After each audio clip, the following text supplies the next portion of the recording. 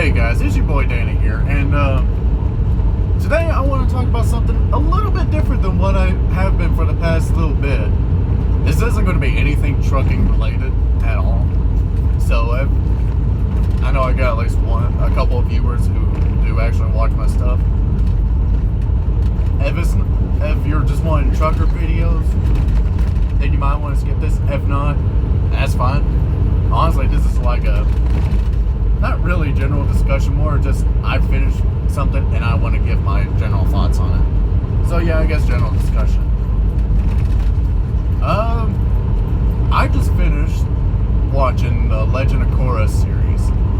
Now, for those of you who may or may not know, Legend of Korra was a Nickelodeon series that was a sequel to Last Airbender, and a lot of people didn't like The Legend of Korra whenever it came out. In fact, I still don't think a lot of people do. I don't see why. Honestly, it is not a bad show. Honestly, there's some really good stuff in there. A lot of cool ideas that they go through. Is it perfect? No, but also, to be honest, neither is Last Airbender. I'm probably going to get a lot of hate for saying that. But The Last Airbender, at least for me, the first season, it was really hit or miss. It really was.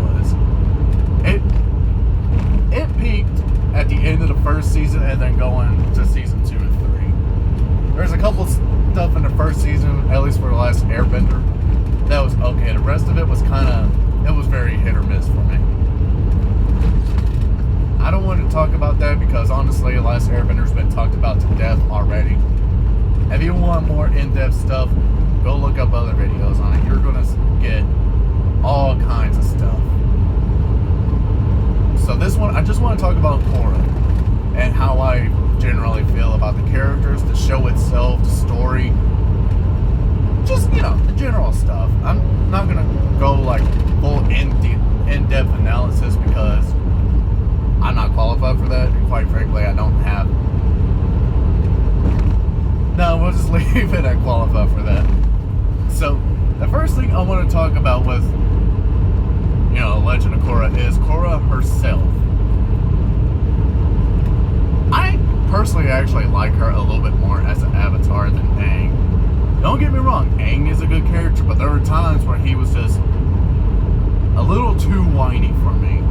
And I just rewatched the series, so this isn't me that's thinking as like a kid.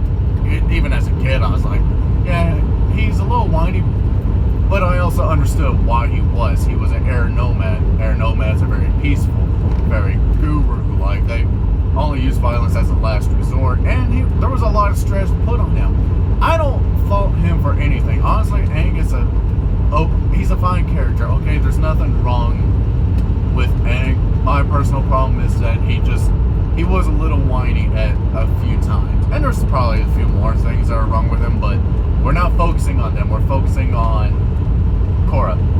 So with Korra herself, she actually already has earth, fire, and water mastered. She was born in like the South Pole Water Nation. She already showed mastery of water, earth, and fire. And so we actually got a chance to kind of learn like how airbending works, which is really cool because there's no point retreading. Okay, you're starting with one element, let's go and master the others. You already did that with the last show. There's no real reason to retread the same water, if you get what I'm saying. And her personality, I actually like it. She's more hot-headed, but she's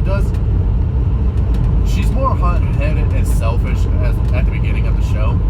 But throughout the show, she does get a lot more compassionate, selfless. It starts using words before just going straight up into a fight. And I like that. That's a nice character development. I'm not saying anything bad about Korra. I actually like her as a character. Some of the other characters are really hit or miss. Like the new Avatar group, you got Mako, who honestly,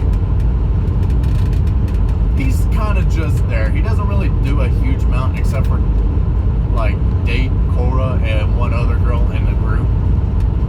He's just kind of there. He doesn't do a huge amount. And the stuff he does do, don't get me wrong, is fine. But it does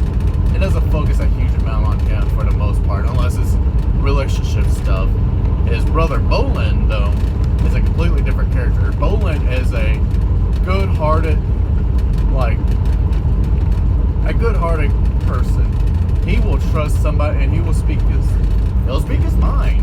He doesn't always think things through, but he just has that one personality that's just like, I can't really stay mad at him, even though he does something later on in the series that, quite frankly, it wasn't his fault. He was doing what he thought was right by going with a certain group, helping other people out. Turns out that person was doing bad. He did eventually learn what was going on and then quit, because he, like I said, he has a good heart. He's not gonna just go around and just being an ass for no reason. He's gonna do what he thinks is right. And honestly, Bolin's probably like my favorite out of the new group aside from Korra. And then you got Asami. She's honestly, I wish they would have done more with her than just have kind of being the rich girl. I mean, she's fine. Her personality's there, I guess.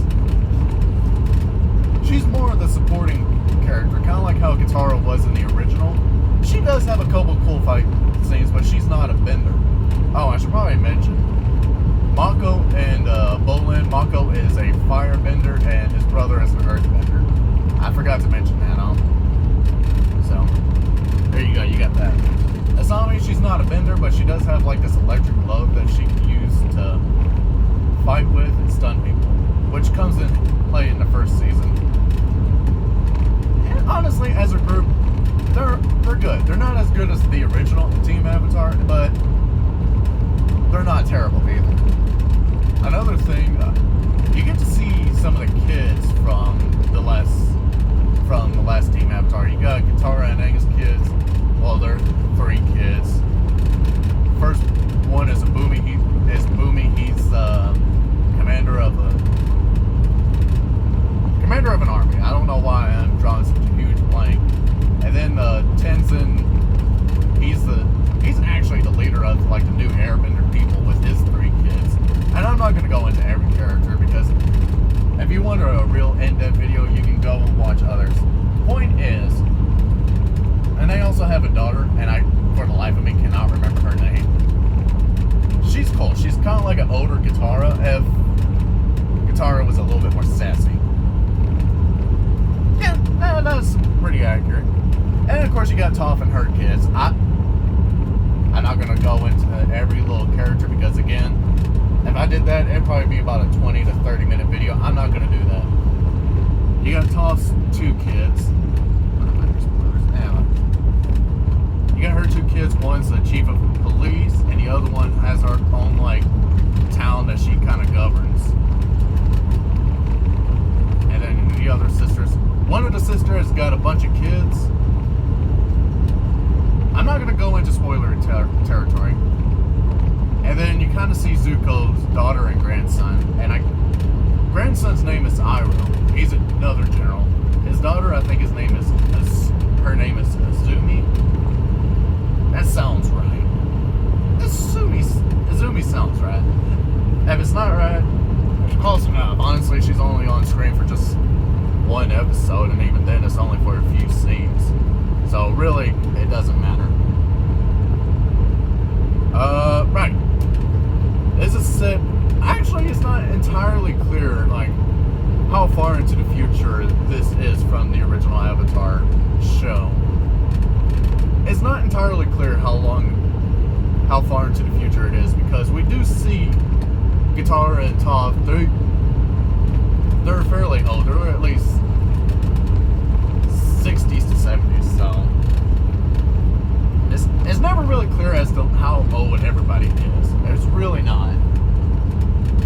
And it's also never really clear how Aang died.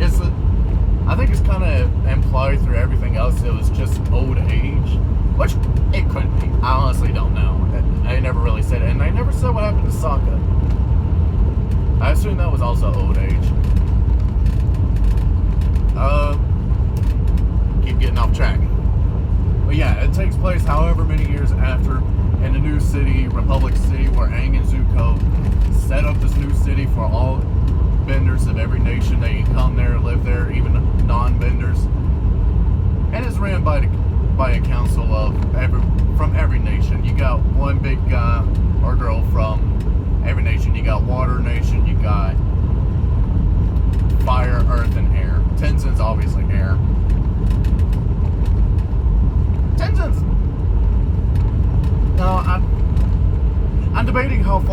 to like in depth I want to go with some of these characters, I'm not going to go super in depth. I'll give you a little bit of Tenzin's personality. He's a stickler for rules. We'll put it that way. Tough but fair. We'll go with that. Now, again, as you can probably tell, none of this is scripted. This is just general thoughts. I'm throwing them out there as much as I can. Right. Republic City. It's a pretty cool place.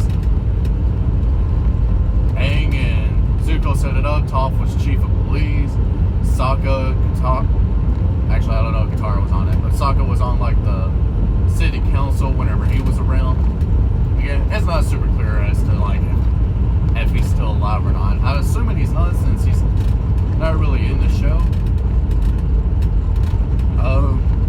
You do get to see Zuko a few times in the show, and it's really cool because he's still just as socially awkward as ever, and I love it.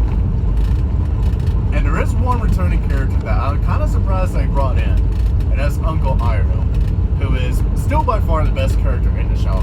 You can fight me on that. Uncle Iroh is still the best. He is still giving out life advice and everything in the afterlife. You can never go wrong with Uncle Iroh. Oh, by the way, he's in the spirit world. That's kind of spoilery, but at the same time, like, it's set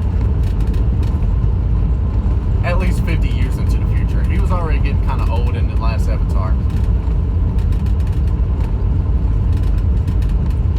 You should look up and see how far apart it is, because I know Iroh, whenever he sees Aang's kids, he's like, I haven't seen you guys in 40 years. So, we know it's longer than 40 years, I just don't know exactly how long. Anyways, this show is broken up into 4 seasons, and kind of like how Avatar, or Last Airbender, had like its ongoing theme that went through the entire 3 seasons. This one does too, but it's still mostly focused with Korra. But instead of that, it's still just, each season has kind of like a dedicated thing for one thing or another, and it's fine. Like, the first season has like by far the coolest character, who honestly, I'm sorry, I had a burp. Who honestly I kind of wish was around a little bit more, and that's Amon. Amon is such a cool character because he unites all the non-benders by being like, hey, yo, all these benders, they're oppressing us. So I'm going to take away their bending and make them powerless, so that way they can be on equal footing as us. And there's a lot more to his character than that. There really is. Amon was one of the coolest. Then you got the second season, where you learn more about how the Avatar came to be. Why the Avatar is able to I was going to say rejuvenate, but that's not the right word. Reincarnate after every death unless they're killed in the Avatar state. Where the Avatar state comes from. How the world used to look like before then. And it was really cool. That was like a really cool 2-part episode. And we got to see the formation of a dark Avatar. And I would love for that to kind of come back into the future and be like, okay, yeah, here's a more dark Avatar. How about something? That's not the right word. Season 1 and 2 are really good about that. Season 3, after the events of Season 2, because at this point, there's only a small handful of airbenders here. And so airbenders, it's kind of like a genetic thing, but after certain events in Season 3, there are more airbenders around. So that's going around getting all the airbenders together, and this new secret group called the Red Lotus is trying to take out the Avatar. And I'm not going to give any like spoilery stuff, any major spoilery stuff. Whatever I say usually happens within like the first couple episodes of every season. First few episodes of every season, so I'm not going to give major spoilers as to what goes down.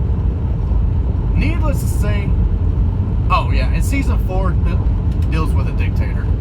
It's kind of, as far as like everything goes, the dictator is not the coolest one, because the first 3 main villains of the series are really cool and fascinating, and they bring up really interesting stuff. I know I'm not really conveying that, but I really recommend watching it for these villains.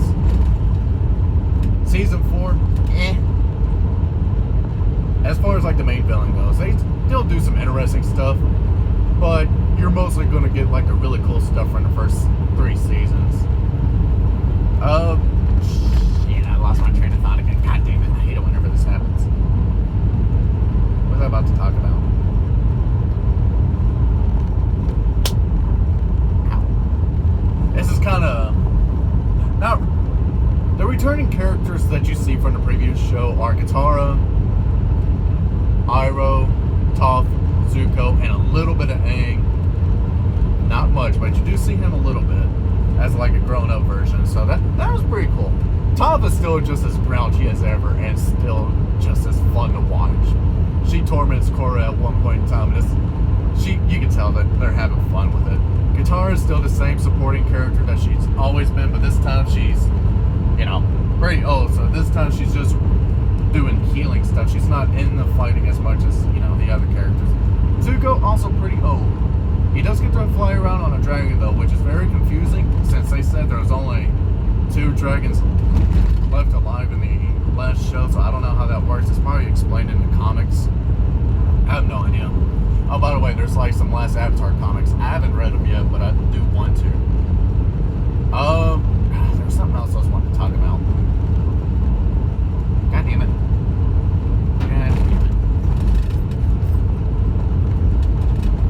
We get to see more of the spirit world and kind of a little bit more on how that works, which was always something that fascinated me in Last Airbender, but they never really did a huge amount with it. They just kind of showed a little bit. Here they still don't show a huge amount, but they do show some, and it's really interesting. I do like it. And there was a spirit world. Some pretty cool, interesting ideas. Again, it's mostly with like the stuff with the first 3 seasons of villains.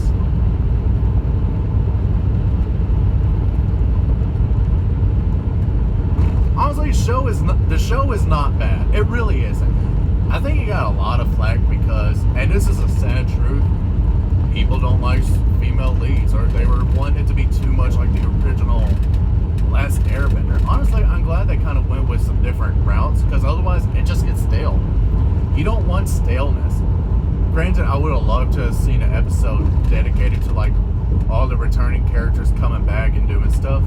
I would have loved to have seen that. They didn't do it, but that's okay. They had their time.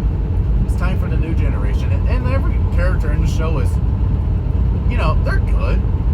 It still doesn't have like the same character development and stuff as like the Last Airbender, which is kind of a shame, because the Last Airbender did have a lot to work with. I don't know why I said it like that.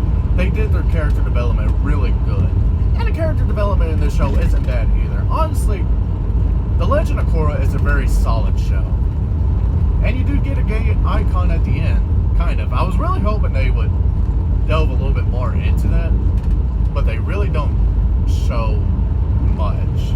I was hoping they'd show a kiss between these 2 characters. I was really hoping, but Nickelodeon didn't go that route. And as much as I would have loved to have seen it, that's okay. Not because they're 2 girls.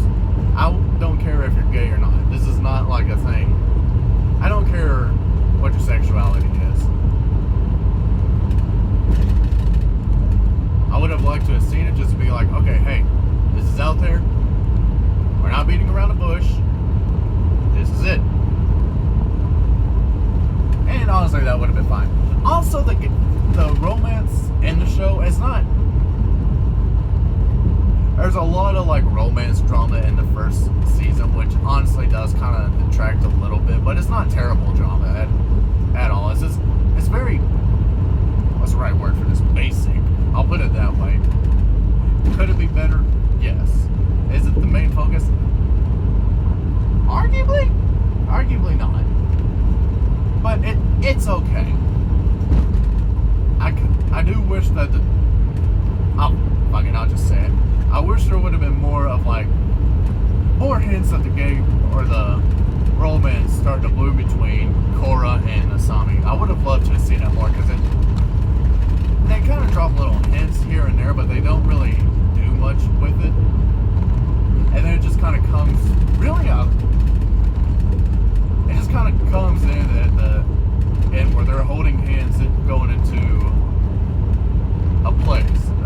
spirit world, and they're holding hands, looking at each other like they're getting ready to kiss, but it zooms out or zooms away at the second when it would happen.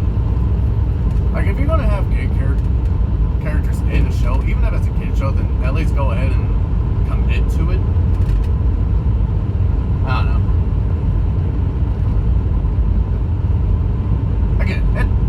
Again, it's nothing. Like, it's cool that it's in there. Was it a necessity? Did it really add anything to the plot? No, because it's really thrown in right at the end. So honestly, it's okay that it's there. It really is. Does it change anything? For the show, no.